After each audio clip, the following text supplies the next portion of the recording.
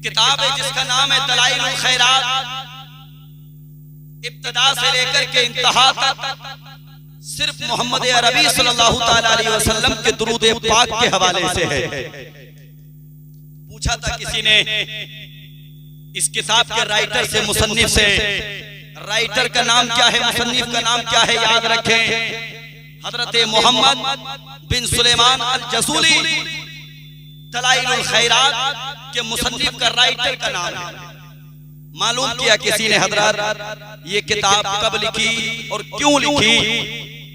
हजरत मोहम्मद बिन सुलेमान अल जसूली कहते हैं मेरी जिंदगी में, मेरी लाइफ में एक वाकया पेश आया और उस वाकये के बाद ये किताब मैंने लिखी।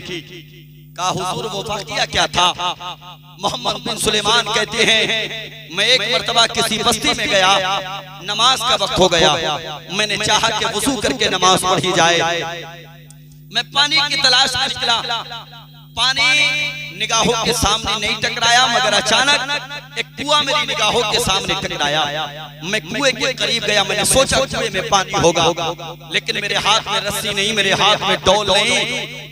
मैं करीब खड़े होकर के सोचने लगा मोहम्मद बिन सुलेमान कुएं से पानी कैसे निकालेगा, तेरे पास तो डोल नहीं, तेरे पास तो रस्सी नहीं। फिर अचानक आप कहते हैं कि कुएं के बराबर में गरीब का मकान था कच्चा, और उस मकान के ऊपर 7 से 8 साल की एक बच्ची खेल रही थी। मेरी नजर पड़ी, बच्ची ने मेरी तरफ देखा, मैंने बच्ची की तरफ देखा। बच्ची ने मुझसे पूछा चाचा किस लिए परेशान हो। मैंने कहा बेटा कुआं मेरी निगाहों के सामने, लेकिन हाथ में रस्सी नहीं, डोल नहीं कि पानी निकाल सकूं, वुजू करके नमाज पढ़ना थी। बच्ची मुस्कुराई और मुस्कुरा करके कहने लगी चाचा अजीब बात है, आपकी विलायत के टंके बज रहे हैं, पूरा मिस्र आपको जानता है, लेकिन हैरान आप कुएं से पानी नहीं निकाल पा रहे हैं।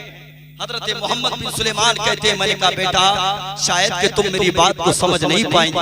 मैंने कहा मेरे पास रस्सी नहीं, मेरे पास डोल नहीं कि मैं पानी कैसे निकालूं। मोहम्मद बिन सुलेमान कहते हैं उस बच्ची ने फिर एक जुमला कहा जिस जुमले ने मुझे हैरत में डाल दिया। वो बच्ची कहती है पानी कैसे निकालोगे, मैं बता दूं। मैंने कहा हाँ बताओ। वो बच्ची उतर के नीचे नहीं आई। उस बच्ची ने चूंकि कुएं के बिल्कुल करीब में मकान था, छत थी कुएं के बिल्कुल करीब, वो बच्ची ने गर्दन अपनी कुएं के करीब की, कुएं की तरफ की। और मोहम्मद बिन सुलेमान अल जसूली कहते हैं उस बच्ची ने उस कुएं के अंदर थूक दिया। मैं फैसला नहीं कर पाया कि बच्ची के मुंह से निकलने वाला थूक कुएं के अंदर पहले गया या कुएं का पानी निकल करके बाहर पहले आ गया। मैं फैसला नहीं कर पाया। हाँ अल्लाहु अकबर। इतना जब आपने देखा, आप कहते हैं कि मैं वुजू करना भूल गया। मैंने कहा बेटे मुझे इतना बता दे, इतनी सारी उम्र में ये मनसब, ये मर्तबा, ये मकाम तुझे कहां से मिला, कैसे मिला, इतना बता दे। वो बच्ची कहने लगी है चचा जानना चाहते हो तो सुनो, बिकसरती सलाती अला नबी की सल्लल्लाहु ताला अलैहि वसल्लम, मैं छोटी सी उम्र में नबी कौनैन की बारगाह में कसरत के साथ दुरूद पाक पढ़ा करती हूँ। छोटी उम्र ना देखो, देखो कि मैं मुस्तफा करीम की बारगाह में कसरत के साथ दुरूद पाक पढ़ा करती हूँ। मैंने वुजू किया, बच्ची मुझसे कहने लगी चचा इजाजत हो तो एक बात पूछूं, बताओ जिस नबी की बारगाह में दुरूद पढ़ा जाता है उसके बारे में जानते हो कितना करीम है। मोहम्मद बिन सुलेमान अल जसूली कहते हैं मैंने कहा बेटा मैं जानता तो हूँ मगर मैं तेरे लबों से सुनना चाहता हूँ। वो बच्ची कहने लगी चचा मुस्तफा करीम इतने करीम हैं, इतने करीम हैं, अगर वो जंगल में चले जाएं तो वहशी जानवर भी अपनी झाड़ियों को छोड़ने के बाद उनके दामने रहमत में आकर के पनाह ले लेते हैं। अल्लाह इतने करीम हैं मेरे नबी, सोने नबी, सच्चे नबी, प्यारे नबी, इतने करीम हैं, इतने करीम हैं।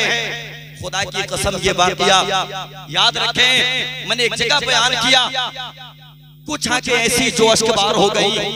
एक बुजुर्ग जो जलसे के इख्तिताम के बाद मेरे पास आए जिनकी आंखों में आंसू थे, उन्होंने आकर के मुझसे कहा मौलाना मैं इसलिए नहीं रोया कि बच्ची के अंदर कमाल क्या था, मेरी आंखें इसलिए इसके बार हुई कि जब 7-8 साल की उम्र में बच्ची का ये आलम है तो फिर उसकी माँ की अजमत का आलम क्या होगा। अल्लाह अकबर। उसके माँ के मर्तबे का आलम क्या होगा, उसकी माँ के इज्जत व वक़ार का आलम क्या होगा। हाँ, कौम के जवानों, माँ बाप से मिला करता है ये दर्स, माँ बाप से मिला करता है ये सबक। माँ बाप अगर अच्छे होते हैं, औलाद अच्छी होती है। अगर आपके घरों में कौम की शहजादियां टेलीविजन देखने की आदी हैं, फिर याद रखें ऐसी बेटियां उनके घरों में पैदा नहीं होंगी। माँ अगर तहज्जुद गुजार होती है तो फिर कहीं जाकर के आला हजरत इमाम अहमद रजा खान पैदा होते।